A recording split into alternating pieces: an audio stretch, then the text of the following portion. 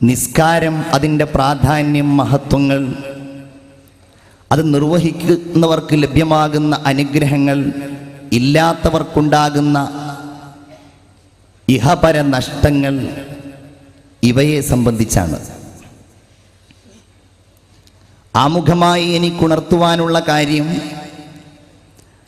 നാം നിത്യേന ചെയ്യുന്ന കർമ്മത്തെ സംബന്ധിച്ചുള്ള ഒരു സംസാരമാണ് എന്നതുകൊണ്ട് ഒരിക്കലും ഇതിനെ നാം അപ്രധാനമായി കാണരുത് എന്നതാണ്. ഇതിന് വളരെ പ്രാധാന്യമുള്ളത് കൊണ്ടാണ്, മഹത്വമുള്ളത് കൊണ്ടാണ്, ശ്രേഷ്ഠതയും ഔന്നത്യവുമുള്ളത് കൊണ്ട് തന്നെയാണ് അല്ലാഹു തആല നിരന്തരമായി ചെയ്യുവാൻ നമ്മോട് ആവശ്യപ്പെട്ടിട്ടുള്ളത്. വർഷത്തിലൊരു മാസം മാത്രം അനിവാര്യമായ വ്രതാനുഷ്ഠാനത്തെക്കാൾ സാമ്പത്തികമായി പ്രത്യേക സ്ഥിതിവിശേഷങ്ങൾ ഉണ്ടാകുമ്പോൾ മാത്രം നിർബന്ധമാകുന്ന സക്കാത്ത് സംവിധാനത്തെക്കാൾ ജീവിതത്തിൽ ഒരു തവണ മാത്രം പ്രത്യേകമായ നിബന്ധനകൾ ഒരുമിച്ച് കൂടുമ്പോൾ ചെയ്യേണ്ടി വരുന്ന ഹജ്ജ് കർമ്മത്തെക്കാളൊക്കെ സുപ്രധാനവും ഏതൊരാളും നിർവഹിക്കേണ്ടതുമായ ഉന്നതമായ കർമ്മമാണ് നിസ്കാരം എന്നുള്ളത് കൊണ്ട് ഏറ്റവും സുപ്രധാനമായ ഒന്നായിട്ട് തന്നെയാകണം ഞാനും നിങ്ങളും എപ്പോഴും ഈ കർമ്മത്തെ പരിഗണിക്കേണ്ടത്. ഒരു കാര്യം വളരെ വ്യക്തമാണ്, നാമൊക്കെ നിസ്കരിക്കുന്നവരും ആ കാര്യത്തിൽ ജാഗ്രത പുലർത്തുന്നവരുമായിരിക്കും.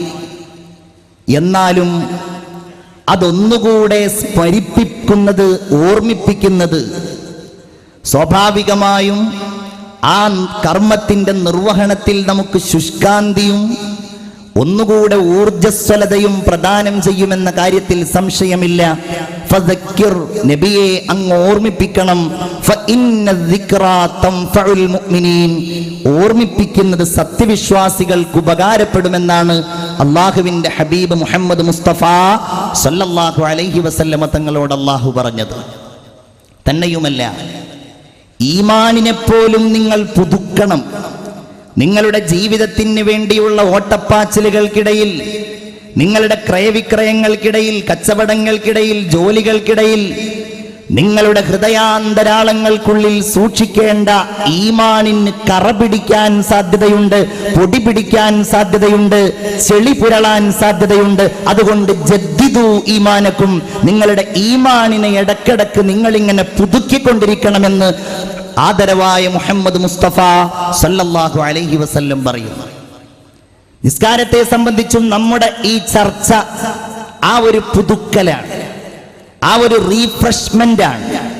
ഞാനും നിങ്ങളും നിർവഹിക്കുന്ന മനോഹരമായ നിസ്കാരങ്ങൾക്കൊന്നുകൂടെ മാനസികമായ സംതൃപ്തിയും ഉല്ലാസവും ലഭ്യമാകുവാനാണ് ഈ ചുരുങ്ങിയ വേളയിൽ നിസ്കാരത്തെ സംബന്ധിച്ച് നാം ചർച്ച ചെയ്യുന്നത്. ഞാൻ എൻ്റെ ഈ സംസാരത്തിൻ്റെ പ്രാരംഭത്തിൽ വിശുദ്ധ ഖുർആനിലെ പ്രധാനമായ ഒരു സൂറത്തിന്റെ ചില പ്രാഥമിക വചനങ്ങൾ ഓതി കേൾപ്പിക്കുകയുണ്ടായി. ആ സൂറത്തിന്റെ പേര് അൽ മുഅ്മിനൂൻ എന്നാണ്.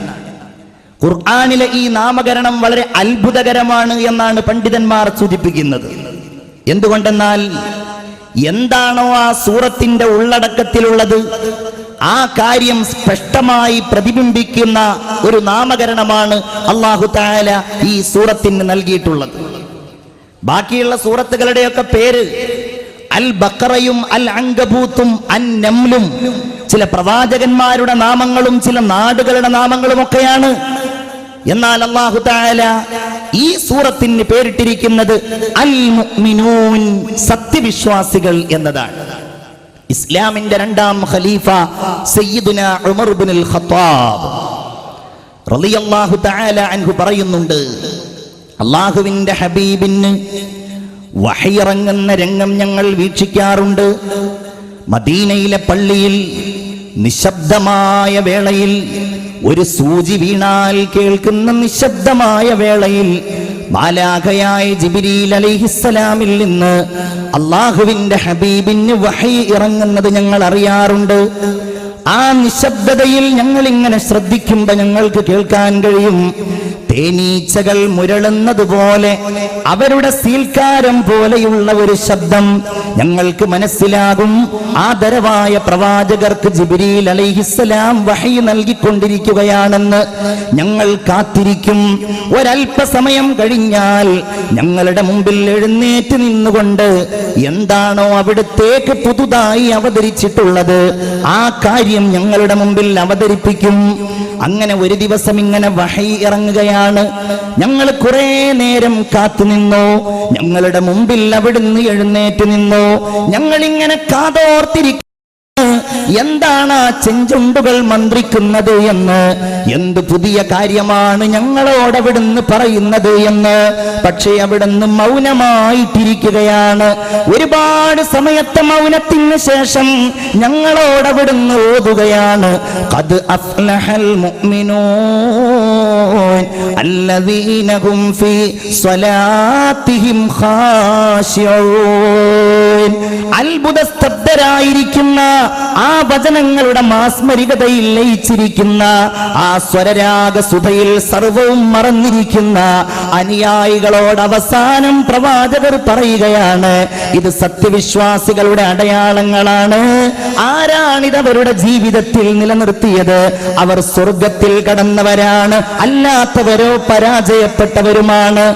ഞങ്ങളെല്ലാം ഇങ്ങനെ അത്ഭുതത്തോടെ ഇരിക്കുമ്പോ, കാരണം ഒരു വിശ്വാസിയുടെ ജീവിതത്തിൽ നിർബന്ധമായും സൂക്ഷിക്കേണ്ട അടയാളങ്ങൾ മണിമണിയായി ഒന്നൊഴിയാതെ ഞങ്ങളുടെ മുമ്പിൽ ചുരുങ്ങിയ വാക്കുകളിൽ പറഞ്ഞത് അത്ഭുതത്തോടെ ഞങ്ങൾ കേട്ടിരിക്കുമ്പോ, ഇരു കരങ്ങളും ആകാശത്തേക്ക് ഉയർത്തിക്കൊണ്ട് അല്ലാഹുവിന്റെ ഹബീബ് ദുആ ചെയ്യുന്നു, അല്ലാഹുമ്മ സിദ്നാ, അല്ലാഹുവേ ഞങ്ങൾക്ക് നീ വർദ്ധിച്ച രീതിയിൽ നിന്റെ അനുഗ്രഹം നൽകണമേ. വലാ തൻഖുസ്നാ, ഞങ്ങൾക്കൊരനുഗ്രഹത്തിലും നീ കുറവ് വരുത്തല്ല റബ്ബേ. വ അക്രിംനാ, സർവ ബഹുമാനങ്ങളും ഞങ്ങൾക്ക് നീ നൽകണമേ. വലാ തുഹിന്നാ, ഈ കാര്യങ്ങൾ നിർവഹിക്കുവാൻ കഴിയാത്തവരായി ഞങ്ങളെ നീ നിസാരപ്പെടുത്തല്ല അല്ലാ. വ അഅ്തിനാ, നിന്റെ എല്ലാ അനുഗ്രഹങ്ങളും ഞങ്ങൾക്ക് നീ നൽകണമേ. വലാ തഹ്രിംനാ, ഒന്നും ഞങ്ങൾക്ക് നീ തടയല്ല അല്ലാ. തീർന്നില്ല, അല്ലാഹുമ്മർലന, അല്ലാഹുവേ ഞങ്ങളോട് നീ സംതൃപ്തിയുള്ളവനാകണം. വർള അന്നാ, ഞങ്ങളെ സംബന്ധിച്ച് നീ തൃപ്തിപ്പെടുകയും ഞങ്ങൾക്ക് നീ സംതൃപ്തനാവുകയും ചെയ്യണമേ അല്ലാ എന്ന് പറഞ്ഞുകൊണ്ട് ആ സൂറത്തിന്റെ പ്രാഥമിക വചനങ്ങൾ അല്ലാഹുവിന്റെ ഹബീബ് ഓതിക്കൊടുക്കുകയാണ്. എന്താണ് അവിടുന്ന് പറഞ്ഞത്? ഖദ് അഫ്ലഹൽ മുഅ്മിനൂൻ, സത്യവിശ്വാസികൾ തീർച്ചയായും വിജയം പ്രാപിച്ചവരാണ്. ഇത് ഇസ്ലാമിന് മാത്രം പറയാൻ കഴിയുന്ന, തമ്പുരാനായ അല്ലാഹുവിന് മാത്രം പ്രഖ്യാപിക്കുവാൻ കഴിയുന്ന, ഇരുലോകത്തും പരലോകത്ത് മാത്രമല്ല ദുന്യാവിലും ആഖിറത്തിലും വിജയത്തിന്റെ കുത്തകാവകാശികൾ അൽ മുഅ്മിനൂൻ, അത് സത്യവിശ്വാസികൾ മാത്രമാണ്. ഇസ്ലാമിന്റെ മുദ്രാവാക്യമാണ് പ്രിയപ്പെട്ടവരെ വിജയം എന്ന് പറയുന്നത്. വിജയത്തിലേക്ക് വരൂ, ഹയ്യ അലസ്വലാ. ലോകത്തെവിടെയൊക്കെ മുസ്ലിങ്ങളുണ്ടോ അവരുടെ ആരാധനാലയങ്ങളായി നിലകൊള്ളുന്ന അല്ലാഹുവിന്റെ ഭവനങ്ങളായ കോടാനക്കോടിക്കണക്കിന് വരുന്ന പള്ളികളുടെ മിനാരങ്ങളിലൂടെ ഈ ലോകം മുഴുവൻ വിശ്വാസികളും വിശ്വാസമില്ലാത്തവരും ഏതു മതസ്ഥരാണെങ്കിലും അവർ കേൾക്കുന്നത് എന്താണ്? ഹയ്യ അലൽ ഫലാഹ്,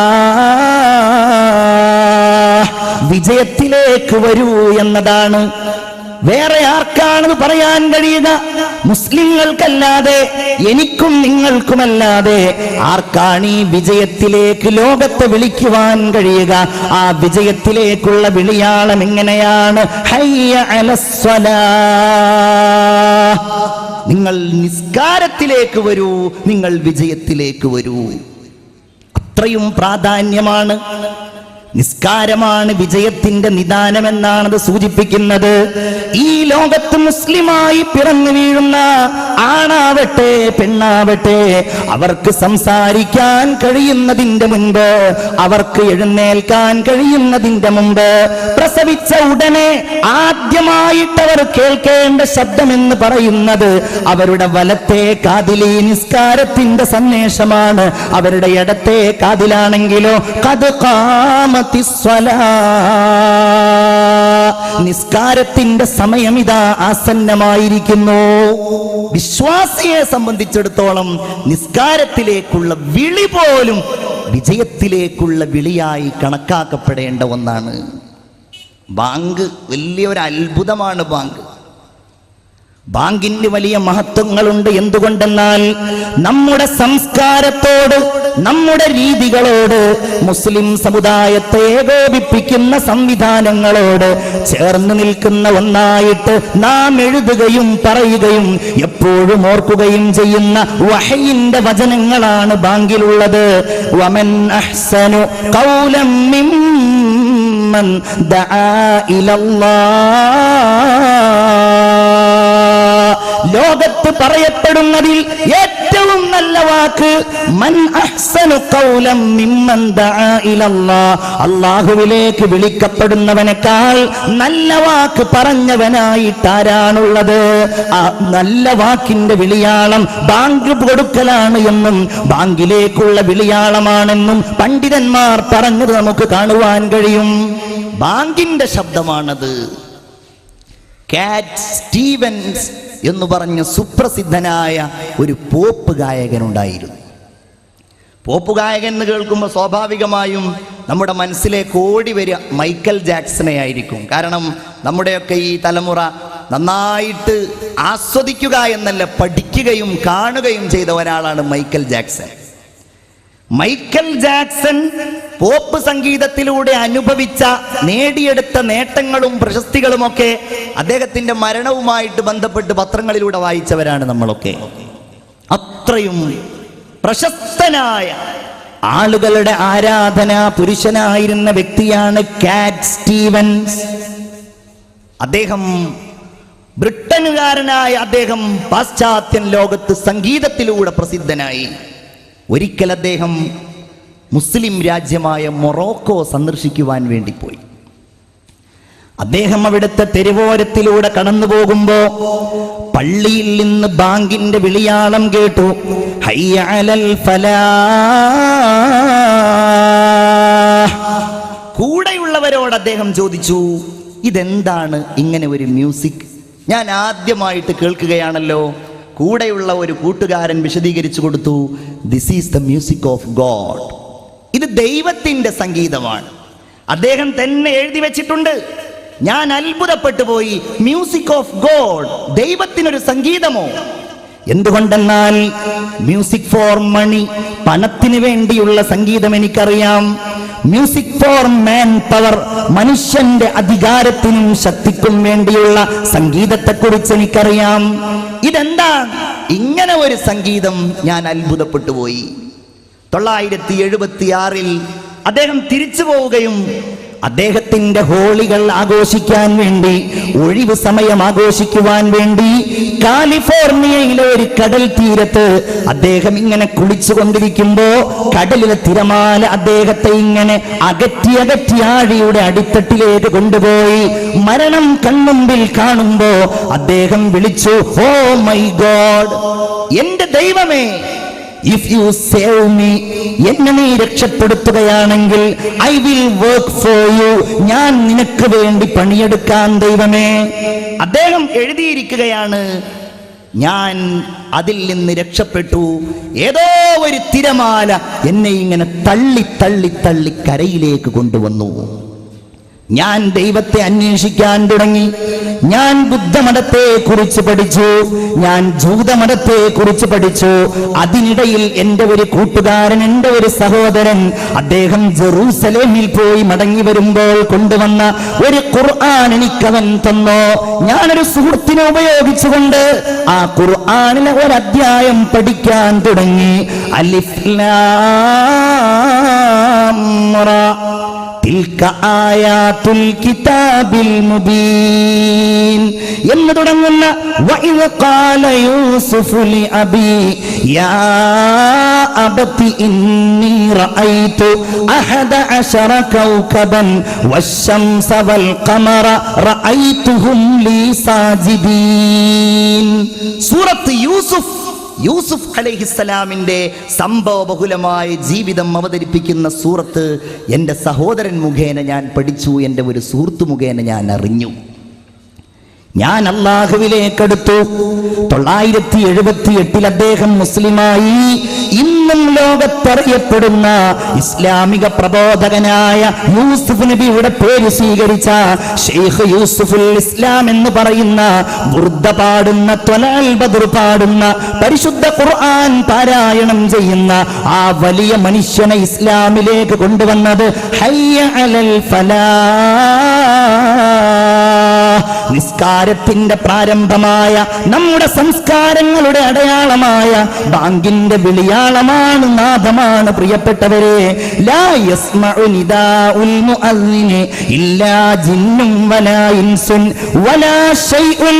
ഈ ലോകത്ത് ബാങ്ക് കൊടുക്കുന്ന ഒരാളുടെ ശബ്ദം ജിന്ന് കേട്ടാൽ, ഒരു മനുഷ്യൻ കേട്ടാൽ, ആ കൊടുക്കുന്നയാൾക്ക് വേണ്ടി നാളെ പരലോകത്ത് വെച്ച് അല്ലാഹുവിന്റെ മുമ്പിൽ എല്ലാം സാക്ഷി പറയുമെന്ന് ആദരവായ മുഹമ്മദുർ റസൂലുള്ളാഹി സ്വല്ലല്ലാഹു അലൈഹി വസല്ലം നിസ്കാരത്തിന്റെ പ്രാധാന്യപൂർവം കാണേണ്ട ഒരു ഘടകമാണ് ബാങ്ക് എന്ന സംസ്കാരം.